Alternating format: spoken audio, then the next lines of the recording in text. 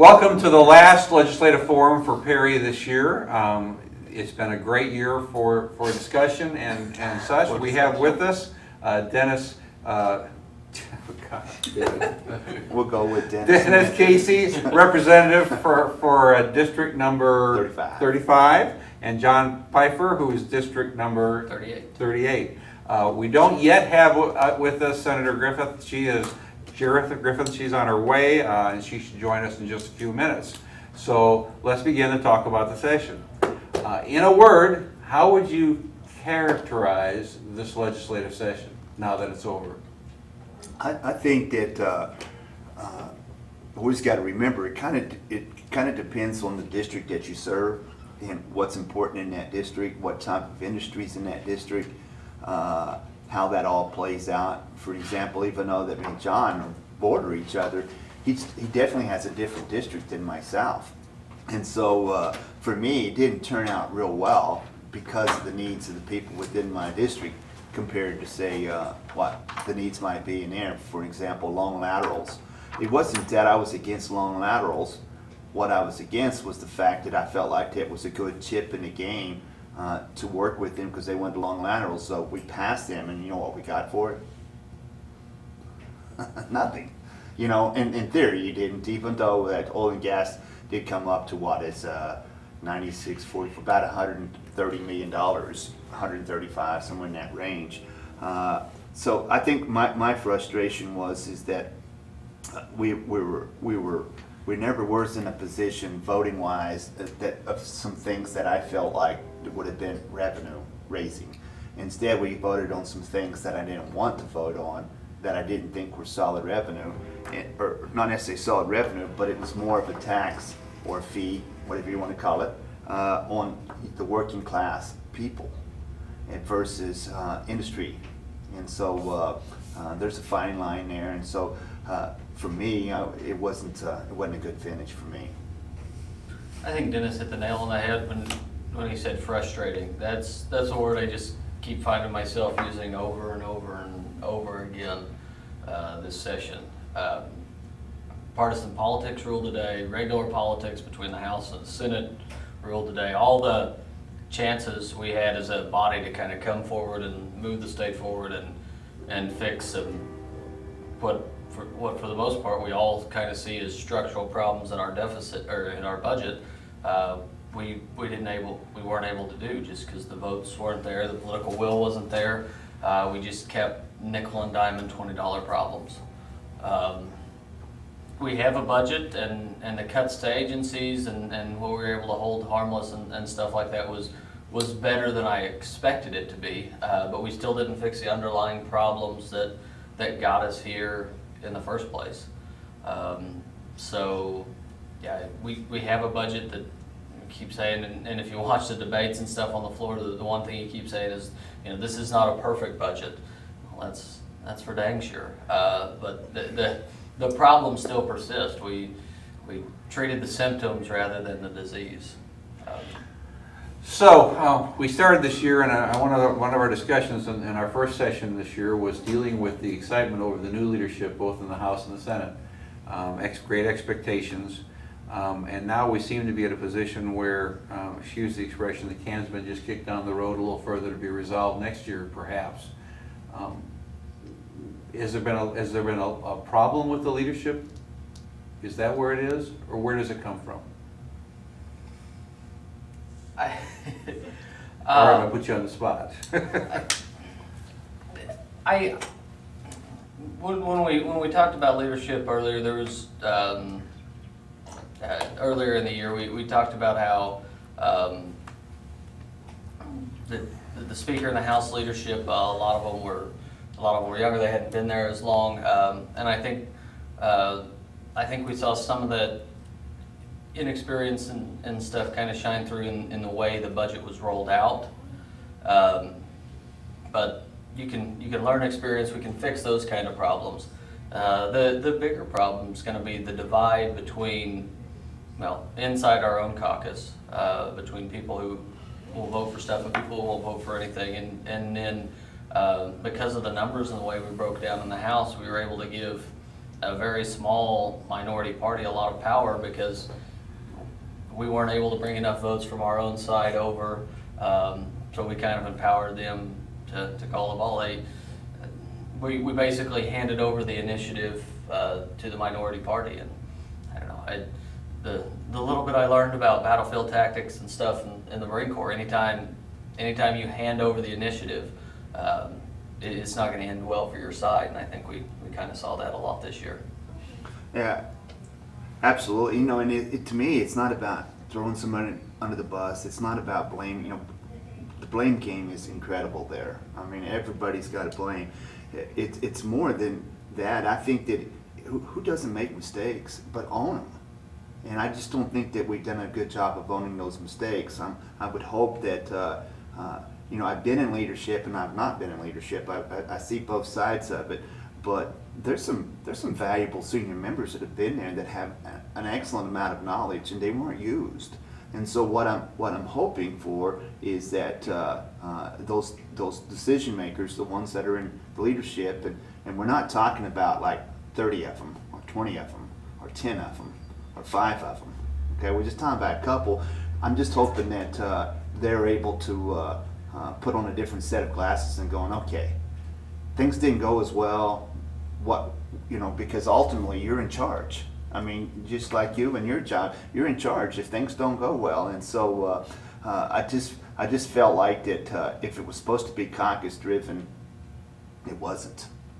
And so and I won't say anything to you or on this little program right here that I wouldn't have already said. I've already visited with those people and told them my disappointments and frustrations. And I'm not saying whether it matters to them or not, but it matters to me. And so the frustration level is extremely high due to the fact that countless times we were put out there what I call bad votes.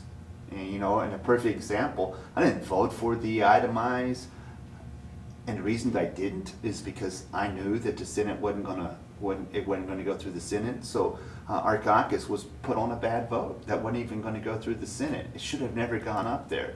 So all I say is I don't know who doesn't make mistakes, because we all do. I just hope that we own them and learn from them and we do a better job next year. Well, we know this budget is not going to fix the problem. No. We know that next year we're going to be facing the same situation unless we have an incredible turn in the economy. When is the time to start working on it? Is it beginning now? How do we fix it? You know what? That's the strangest thing about the budget, because the budget is not something that's ran on the news every night and in the newspaper every day. So you assume, since you're not hearing about it, that it's not being worked on. That's the elephant in the room. It's worked on all the time. There's conversations going on all the time. It's just that you don't share that stuff, and it's not behind closed doors. The reason you don't do that, because if you don't have an agreement between the Senate and the House and the governor's office, there's, you know, people call me or when I visit with them, they'll say, well, tell me about the budget. And I said, you know, I'd be more than happy to tell you, but there's a good chance what I tell you in 5 minutes it changes. So then I look like I'm totally incompetent. Mm-hmm. And so that's the difficulty of the budget. If there was a mistake made, and there's been plenty of them made, is that probably back in April, they should have been reaching out to the minority party, because we knew that most of those revenue measures would take 76 votes. There's no way we had 76 votes, even if every Republican would have voted for it. But there's about 10 of them that weren't going to vote for it no matter what. So they should have reached out and had an honest discussion. I think that, and I've been guilty of this, I've gotten better as I've gotten older, just not let my pride get in the way. I think that between the leaders, and I'm referring to the minority leader and the majority, and then in the Senate, I think it was like, here's my position, and this is your position, and then pride gets in the way, and it's like, well, I'm just not going to come that way just because I'm not coming that way. And then the other side does it, and you end up like we ended up at the end. So again, gosh, I mean, I give you an analogy. Is when I first started coaching till when I ended up coaching, wasn't the same coach. And I mean, you get better every year, you learn things, you do a better job, and I do believe the character that we have in leadership is there. They're really, really, really good people. I just didn't agree with some of the directions that we went. And the budget is, it's an ever-growing, ever-working project. I mean, when we signed it, well, when it got signed earlier this week, then the ways forward for next year started working, and it, you know, I can have a really good idea that Dennis likes, and Dennis can have one that I likes, but at the end of the day, even if all the House members like it, then the Senate has to like it, and the governor has to sign off on it, and we have to have enough votes to pass it. So we just keep trying to come up with ideas that'll, you know, throw stuff to the wall and see what sticks. We're glad to have with us Senator Griffin. I mentioned that she was at the Capitol working and running up here to come join us. We're talking obviously about the legislative session and the problems that have developed and the question of whether or not the leadership has given us the right direction on this. Do you have any comments on that? Well, Representative Pfeiffer and I got to do this yesterday in Guthrie and kind of break down the session. To say that I'm not overly thrilled with the results of the session is an understatement. I think we missed lots of opportunities to really meet the needs of Oklahomans and do it in a reasonable and responsible manner. And so at the end, in a rush to just try to find something that 51 people in the House and 25 people in the Senate could agree on, we took the best of the worst idea, the best of the bad ideas that were presented to us and went with those. You know, legislatively, just with policy that was implemented, regardless of the fact that the budget was the highlight or the low light of the session, policy-wise, it was actually a pretty successful session. We passed a lot of really good policy changes that they're not as flashy or they're not going to wind up in the news quite like the budget fights. But I was pleased with the legislation that I was able to get through the process, and we were pretty productive regardless of the other challenges. It seems to me, as an outsider looking in, and I attend a lot of meetings, as I know you all have, that it seemed that the party you're all associated with was being beaten on the PR level by the group of, and I don't know how many was in that group, that on the House side especially, that were seen to be gaining a lot of media coverage for their stand, especially the fact that they were able to stay unified as a group. How does that affect legislation, the legislative process? Is there ways that you all can deal with that? Well, go ahead. Yeah. I'm gonna. If you ever been to a basketball game and there's one guy in the stands that's yelling and screaming at the coach the entire time, I'm sure Representative Casey understands this. And so eventually somebody says, well, why don't you go try it? I kind of felt like that's what we were seeing over and over during the session. It's pretty darn easy just to throw rocks. But the folks that are responsible for actually getting things done are the ones that we need to be paying attention to. Yeah, I mean, it's a soundbite. I mean, the media, I mean, come on.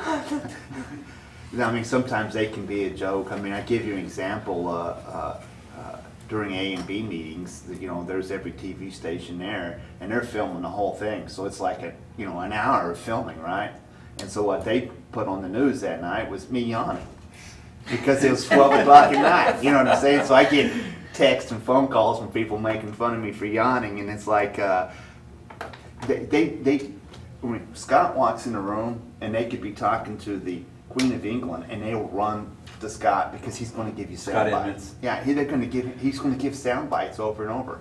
And in all fairness, Scott's not a liar. Okay, he's just been politicizing a lot of things, what he has to say, and so it can be a little frustrating. He felt like that he had some deals with the Senate Pro Tem and the Speaker, and then those deals closed.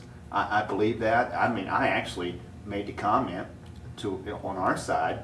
I said, you know, there's one person here at the Capitol that both sides trust. We ought to put her in a room, and that way she can actually come out and tell us what happened.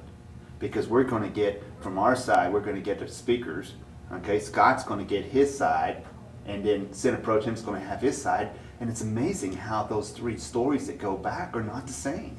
But if they would have put Jerry Askins in there, the Democrats love her. As Republicans, we think she's awesome too. She's a great lady. I just would really like to know what was said in those rooms, and I don't feel like, I don't think that I was being lied to, but the perception is totally different. I mean, you know what I'm saying? I mean, what we're hearing is not the same. And so, I room with one of the senators, and so I would say, well, we were told this. He says, that's not true. Well, that's what your Senate Pro Tem said to our speaker, and our speaker told us. He goes, that's not true.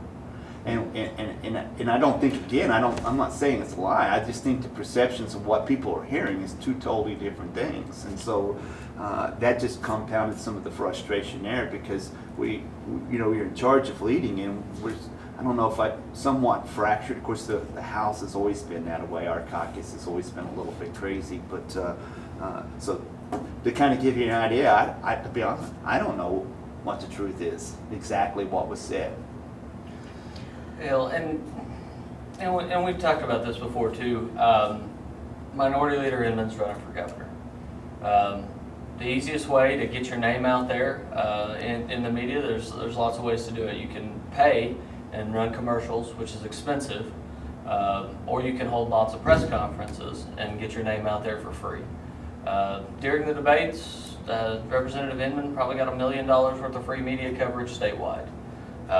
So it's hard to take off your, I'm running for governor hat and put on your statesman hat when you're going on the room, when in the back of your mind you realize you're getting a whole lot of dollars worth of media buys right there in the Capitol by dragging this deal out. So I do think that had quite a bit to do with it this year. Well, and I don't want to let the fact go unsaid that Scott Inman still just one vote. There were members of both parties that decided to play politics and to put their ideology and their desire to prove a point above the best interests of the people of the state of Oklahoma. And those people should be, their constituents, none are sitting at this table, but their constituents should take note of the decisions that they made and the reasons that they made them. The last week of the session comes. Theoretically, there's a rule, something somewhere that says you can't. 5 days. Yeah, 5 days before the end of the session is the last day you can do introduce new revenue bills. Lots of things happen. There's a question of whether or not the courts are going to intervene and do such. Tell us why this all happened this way. Why did we come to the last minute and it's all of a sudden looked like a fire alarm going off? Lack of leadership. I'm going to be very blunt and say lack of leadership from the principals, we had two caucuses, both one in the House and one in the Senate, were willing to act, and then external challenges as well. State Question 640. If we don't have to get a 3/4 majority to raise revenue, we're not having these conversations. We passed reasonable tax policy early in the session. We passed the budget early, and Scott Inman's not on the news 24 hours a day if we don't have that rule. On the other side, it is important that we do take raising revenues very seriously, and it should be hard. I'm not sure it should be impossible, but it should be difficult, and it certainly is.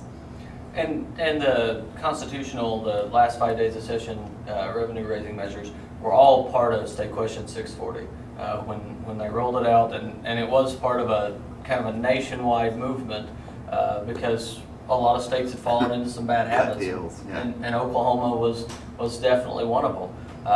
We'd lower taxes in election years, and then we'd raise them in non-election years, and that's how we'd balance the budget, and we'd yo-yo people back and forth. But so as part of kind of this nationwide movement back when Steve Lewis was still speaker, back in the 80s, they passed this, and we're not the only state that passed it, but it was an initiative petition that got put on the ballot, and now it's part of it. It does make, getting 75% of the people in either chamber to agree on where to have lunch is almost impossible. getting them to agree on the proper way to raise revenue, well, it historically has been impossible. Since the state questions went into effect, we haven't been able to do a tax increase, reasonable or unreasonable, on any kind of tax policy. So you're left with the lawyers in the caucuses trying to figure out ways to do what lawyers do, and no offense, but figure out ways to take things and make them seem what they're not. You know, we're looking at tax exemptions that we can roll off with 51 votes because we're just rolling back exemptions and not increasing taxes.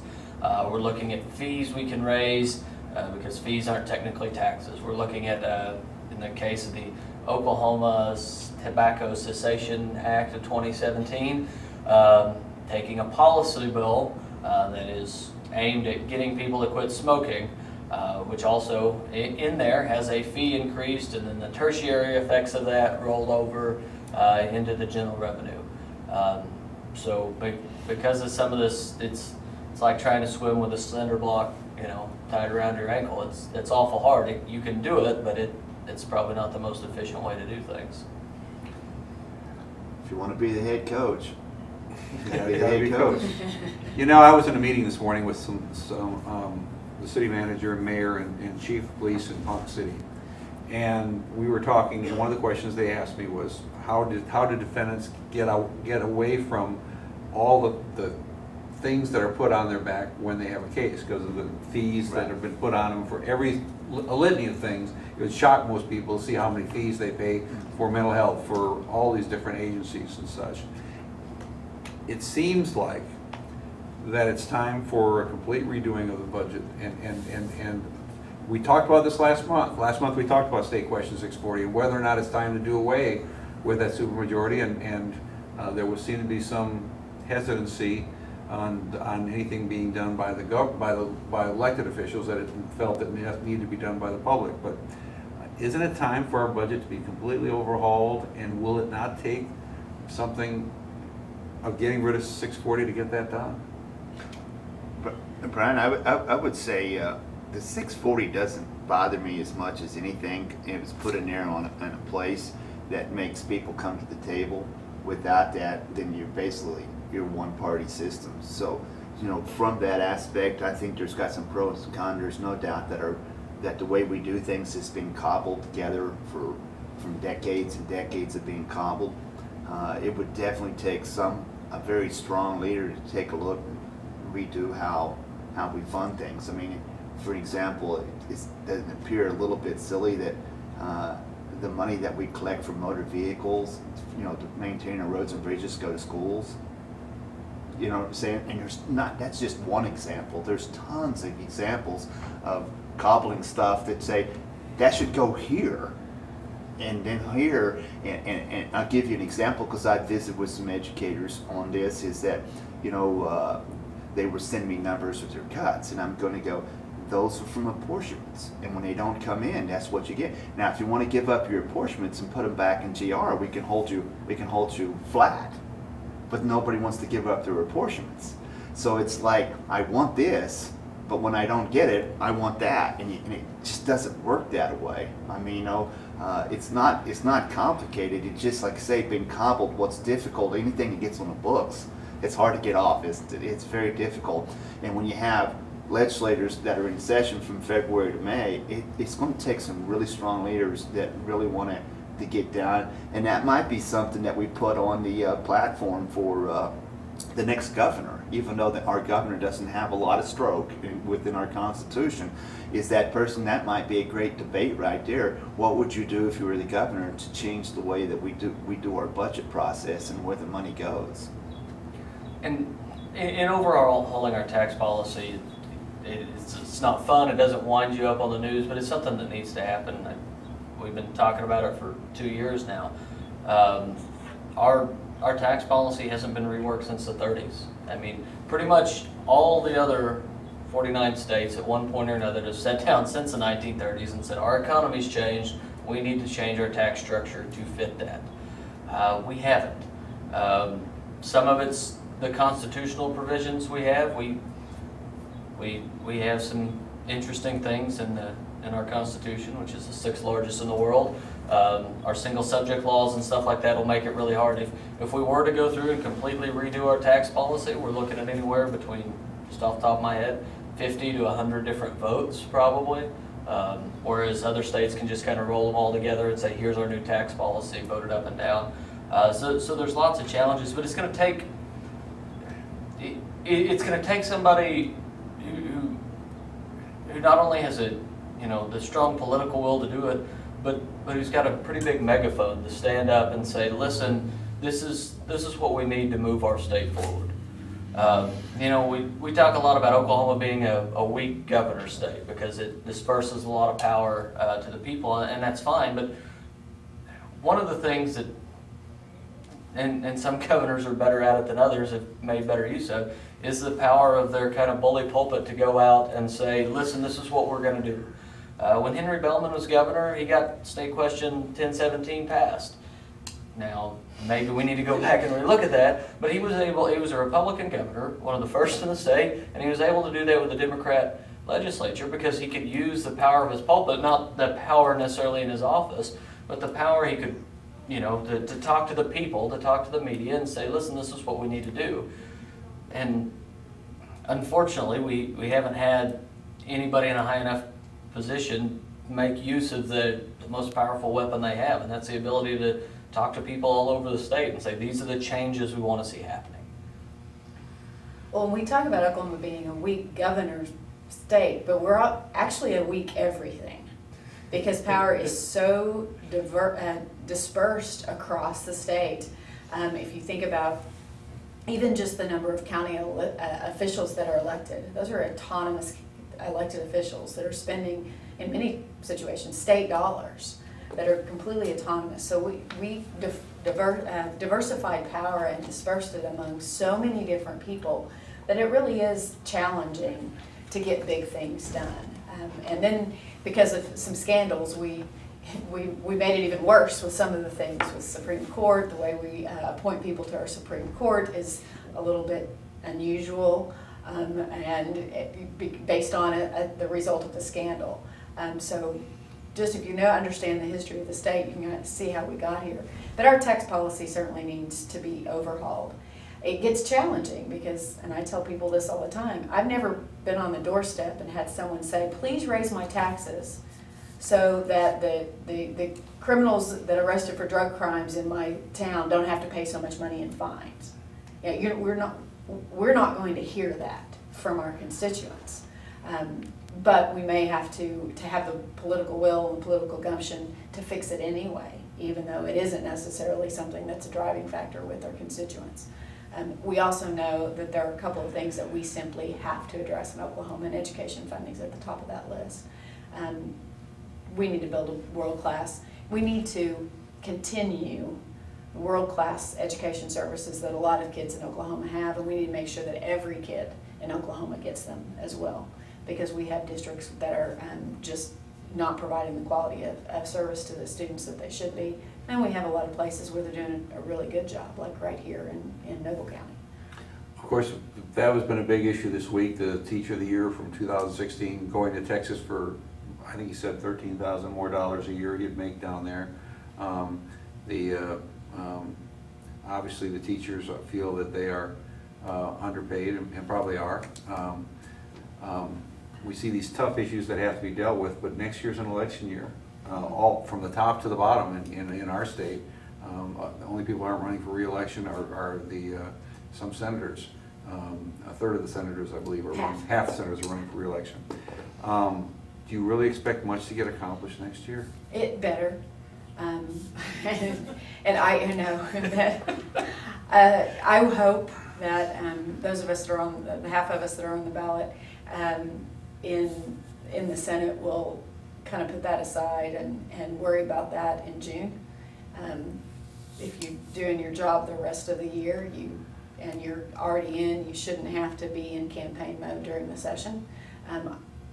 Is that being Pollyanna and wanting people to be statesmen and actually make decisions that are in the best interest of their constituents and not just worried about push cards and opponents and things like that? Yeah, probably. But I don't plan to change the way that I I do anything because it's an election year. It is going to make things more difficult. I wish it wouldn't. I wish that was not the way the world is, but it is. People think about things differently, unfortunately. And it's crazy to me because I don't, of course, I mean, our communities and our districts are pretty well involved in election years and non-election years, so they know what we're doing anyways, and where we have to run every 2 years, it makes no sense to me why we act one way, in a non-election year and think that everybody's gonna forget that, or not but it's gonna take just a lot of political will to step up and do what we're needing to do, and the fact that we're rolling into an election year is gonna add another degree of difficulty. Piece of cake for me. But don't you see the problem? But I will tell you that AJ said something, and I may not hit it just right, but I totally agree. What I thought she said was, I think the longer you're in, you really try to do the right thing. I mean, I'm saying, when you're a freshman, you're nervous about your vote. You want to make sure you're taking care of your district, and you want to be seen as this or that. And each year that I'm there, it's like the decisions are easier because you're trying to look out for what's best overall. And so from that aspect, and I think, and I'm going with my district, okay, because I don't know, in somebody else's district, my district is just frustrated just because of the amount of earthquakes, and then we didn't do anything realistically with GPT. We didn't, the long laterals passed, and so from that aspect, I think that you know your district better than anybody else.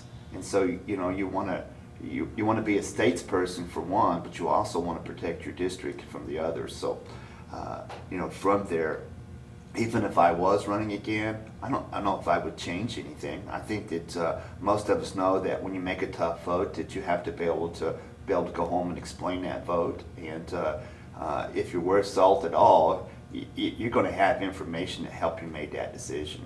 I got a thing from the Stillwater News Press the other day. Basically wanted to write an article on the area, representatives and senators, on how they base their votes. And you'd be surprised, but I'm going to say at least 80% of the stuff we vote on, you never hear from a single person because it doesn't really, you know what I'm saying? That's that 20 or 30 votes during the whole year that really affects the state. And those are the ones that you really look at.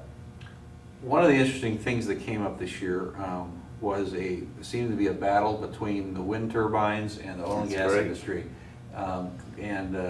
You heard, and I know Dennis and I talked a little bit before we came in here today, talked about how the small producers are paying 7% on gross production tax, and then of course there's a big fight about whether or not what should the large producers pay, or how should that be changed. We see in Noble County we're starting to see some wind projects come in and be developed. Where do you see all this going? Well, I have probably the biggest challenge. I think I'm the only elected official, and I say this, I represent both Western and Eastern Oklahoma. Yeah. It makes a difference. Yeah, and both. So I have a section of my district that hates wind, I have a part that loves wind, I have small producers, I have large producers, I have one of the most prolific plays right now. Kingfisher County is going nuts with new production. A lot of it is large production, but there's still some small production as well. So trying to base every decision on actual facts is the challenge. And be the person who listens to both sides, listens to the emotion involved in because usually if a constituent brings us an issue, they bring us the emotion of the issue, not necessarily the facts behind it. It's all based on how they feel about it. So part of our job, especially in the Senate, when we have these great big, large, diverse districts, part of the job is to kind of whittle that down to the facts. And then know that even the putting the policy in place is not the end of your job. There are things that you need to do after that. The long lateral vote was that's really difficult for me because I have everybody's interest that I have to put together. But part of the reason why I was able to support it is that it requires new rules. And the biggest problems we have right now with production and the conflict between large producers and small producers actually about our forced pooling statute. So our big issue is actually about another statute. So now we need to go back and look at that other statute. Is there a way to fix the issue by reviewing the other statutes that are related? So it can be a challenge to narrow it down and to kind of whittle down to what are the facts involved. And I have to do that because I can't just make a simple choice and make my district happy. My district's way too diverse for that to work. You know, a little bit of a kind of an analogy I'd use is sort of like, let's say you have your chamber here in your community, and it's made up of all these businesses, right? And Walmart's coming to town. Where's the chamber at on that? Okay. Now the city absolutely going to, because that's going to be a tax base, and so that's what you're running into right now. Technology has changed unbelievable, and with that, Walmart comes to town, and then you see a lot of people shutting down. So, you know, if they have to change their business practice to make it work and stuff like that, that's kind of what we're dealing with in the oil and gas industry. Where the battle goes between the wind and oil is that the wind, you know, pays ad valorem, but doesn't have a growth, or has a production tax. And so the oil and gas said that's not right, but the oil and gas doesn't pay the ad valorem, so they said that's not right. So it's actually kind of nice to watch them fight each other, so that maybe we can learn from some of the things that they say, because they're almost like the political parties, you know what I'm saying? And sometimes they come up with some really, hey, that was a pretty good idea. We'll just do it to both of you, you know? So I don't know. It is interesting because wind and natural gas go together hand in hand, because the wind doesn't always blow, and when the wind's not blowing, these companies that own these wind turbines are for the most part burning natural gas. So you really kind of have to look and see, because it's not all oil and gas against wind, it's a handful, and you kind of got to sometimes dig down and find people's kind of base motivations. I know some of my colleagues, even east of Dennis, really don't like wind, and the reason they don't like it is because some of them own vast tracts of property they want to develop, and they're worried that just the mere sight of these windmills is going to devalue some property that they bought years ago before they can put housing developments up on it. So to me, I don't know, I try to do, you know, try to base my decisions on what's going to be best economically and bring jobs back into my district, and along with that, how can we get money to the people who actually either own the land or the mineral rights under that land? Because those are the people who actually live in the district and vote on me. People say, and when we were talking about long laterals, they keep saying, well, you're a pawn of big oil. And I said, no, I'm most definitely not. But I do care a lot about all those people who vote for me who own those mineral rights, and all those people in my district who work for these oil companies. I mean, there for a long time, Grant County had the lowest unemployment rate in the entire nation, and that was because of the drilling and the employment brought there by these so-called big oil companies. It was interesting to hear on the gross production tax, the conversation, and everybody said we want these big oil companies to have to pay more in the taxes. Well, the big oil companies are getting paid to get the oil out of the ground. The oil is actually owned by mineral owners. That's who pays the tax. And that was just that part of that, the fact got completely lost in the emotion of Scott Inman saying GPT 100,000 times in 4 months. And it's not that much money. That's what I think. They think if you go from 2 to 7, that solves all the problems. It's really not a lot of money. The money that's made is the spinoffs with itself. That's what brings in the revenue. And so there's no doubt that you don't want to just say, just hammer them, because that would be counterproductive. All I wanted to do is mainly have the conversation. I just didn't feel like that I don't know about the Senate, but we didn't have much of a conversation in the House. We actually had quite a bit of conversation. We did not. We floated out many ideas. The idea that I like, that I talked about all session, was an indexed gross production tax. It's indexed based on the cost of the oil. so that whenever our prices drop, the bottom drops out, we lower our tax rate to hopefully encourage people to continue developing. But then whenever, if we were to have another spike, if OPEC were to, I don't know, something happened in the Middle East, and we were having another spike in price, then we could raise that. We discussed an indexed gasoline tax as well ad nauseum, and I want us to continue that conversation as well, because it makes a lot of sense to raise the gasoline tax when gasoline prices are low, and then to lower it so that consumers don't feel that, and kind of help stabilize the price of gasoline. And we're the lowest in the region. Yeah. And the data, mainly, in all fairness, it may not be totally correct because it's taken off from the turnpikes, but 40% of the people that drive on our turnpikes are out of state. Fuel tax is something, again, that hadn't been looked at in 30 plus years. I know we sent a question about, what was this, 8 years ago, and people keep going back to that, but the state's changed a lot in 8 years, and we have to continue to reevaluate these things. I know there's a lot of people who drive through Texas, wait till they get in Oklahoma, fill up, and fill up again, up there in Bremen before they cross over into Kansas because our fuel prices are lower. These are definitely things we have to continue to talk about and look at. But we have to remember too that in both chambers, there are the people that will vote no on everything just because they vote no on everything. Then we're dealing with, I did that. These people vote no on everything just because they vote no on everything. And we have a group over here that say, yeah, I want taxes to go up, and I want to properly fund government, but I don't want it to be anything that impacts anybody. You just completely liberal, unrealistic expectations of how math works. And so the conversations have to have with those of us that are really the problem solvers, and that tend to kind of fall in the middle.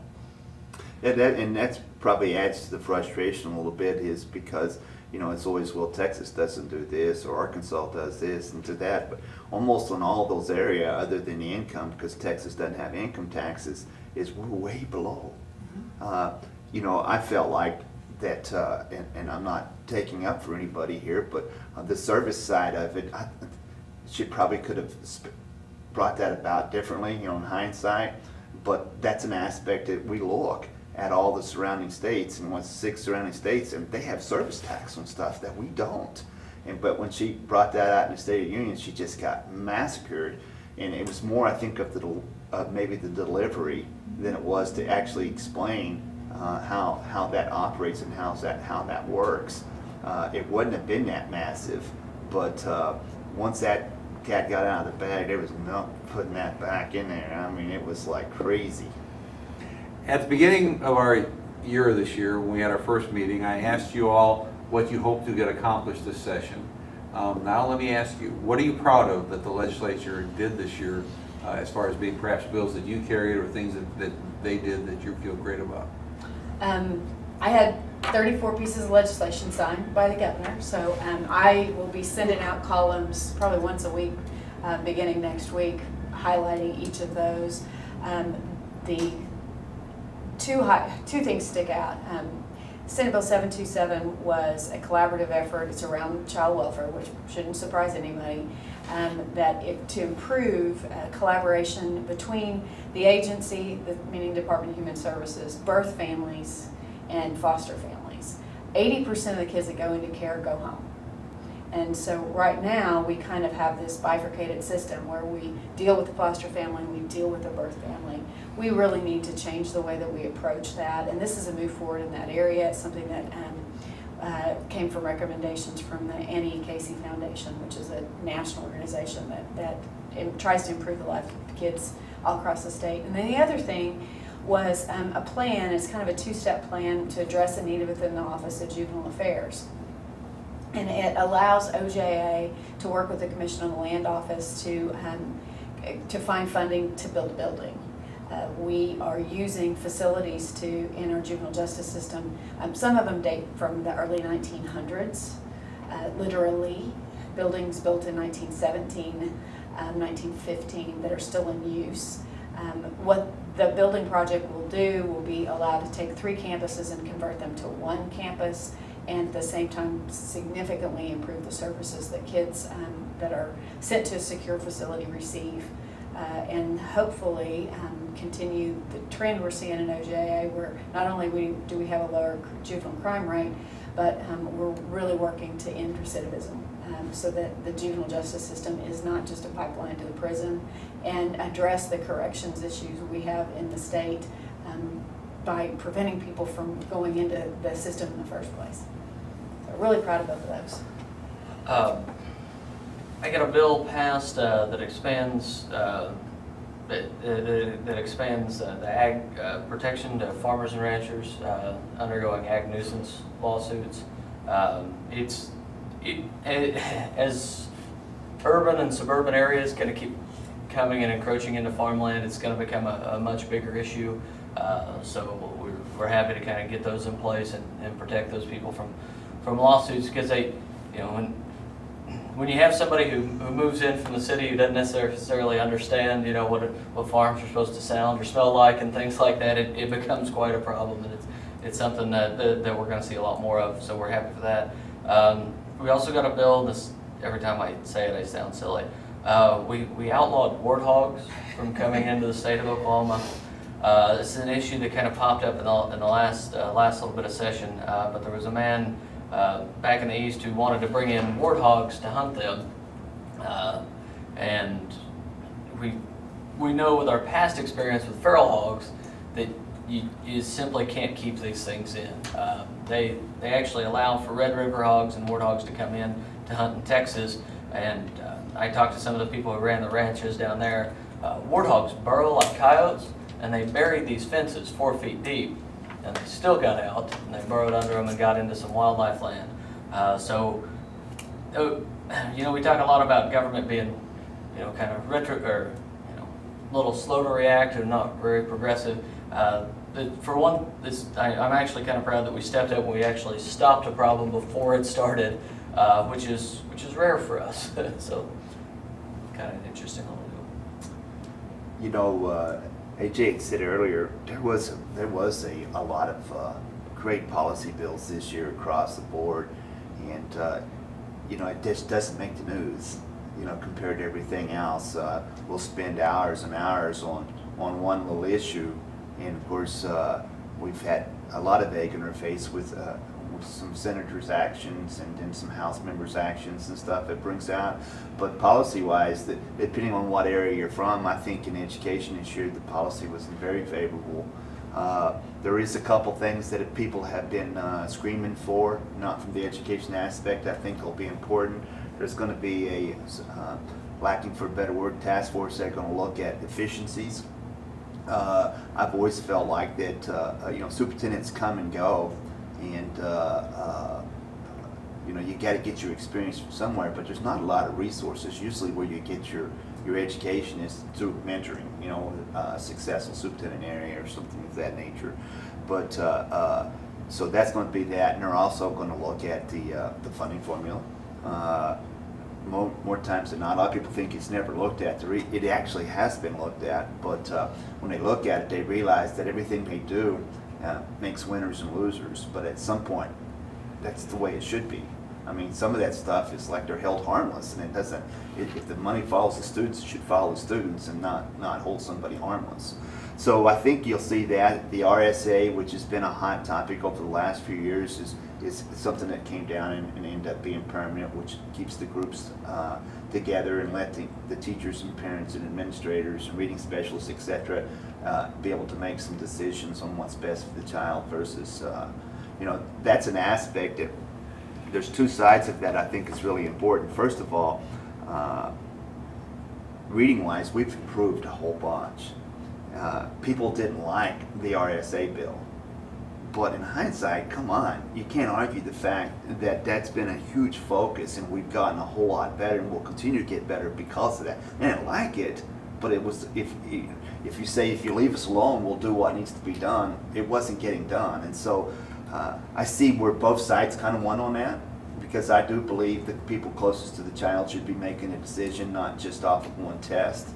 So, from that aspect, I mean, if you think about it, and from education, I mean, how many emails did you get this year from educational policy? I mean, very, very, very few. The only one was the teacher definition one, and that'll be, you know, it got fixed, but there's some issues there. There's not lack of transparency. There's a thing on TRS called offset that most people don't even know it's out there, but it's $34 million that is sent to the State Department, and the State Department sends it to teachers' retirement and pays for the offset, but there's no transparency with it. So if I'm a 25-year teacher, I'm getting $1,450 for my teacher's offset. I'm glad they're getting it, but it ought to be a part of the formula and not hidden behind some untransparent offset from TRS, you know. So good things. That was the policy. I agree with AJ totally. I think it was a good policy year. And her, what did you say, 32 or 34? 34. 34. Well, we don't get to run 8. It'd take us a lifetime. His whole career. Well, folks, we're out of time. Yes, we are. It's been a great year. We appreciate you all tuning in and watching us either live or on YouTube. One thing you have learned this year is we have great representatives and senators representing us who take time to learn the bills, to work the bills, and to spend time with each of you during the course of the year on a regular basis. I'm very proud to call them my friends and have them represent us. I also want to give a big thank you to Darlene Rhodes. Darlene Rhodes is the person that puts this together, makes us get together each month and sees that it gets done. And Darlene, we thank for all the work that you do to have us here. We hope to be back next year, and we'll see you all then. Thank you.